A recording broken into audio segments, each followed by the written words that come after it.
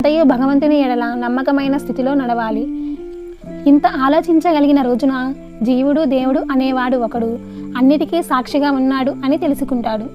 భగవంతుడు తన రూపాన్ని దివ్య లోకాల నుండి భూమిపై సచ్చిదానందంగా సత్లురువుగా అవతరించి జీవులకు జ్ఞాన మోక్షాన్ని ప్రసాదిస్తారు. అట్టి మహామాన్వితుడు శ్రీ సాయిబాబా మహారాజ్. లోకంలో అవధూతల చరిత్రలు వింటే పుణ్యం కలుగుతుంది. కాలమహిమ వల్ల ప్రకృతి ధర్మాలైన సత్యాది గుణాలను స్వీకరించి సమాధి చాలించి తేజరిల్లుతూ ఉంటావు గదా స్వామి.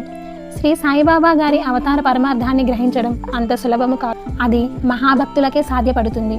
అట్టి మహాభక్తులే కీర్తిమంతులై ఉత్తమగతులు పొందుతారు, ప్రజల చేత పూజింపబడతారు, సమాజంలో గౌరవ సత్కారాలు లభిస్తాయి.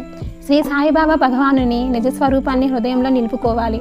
సాయినాథ భగవానుని నా Subscribe for more content.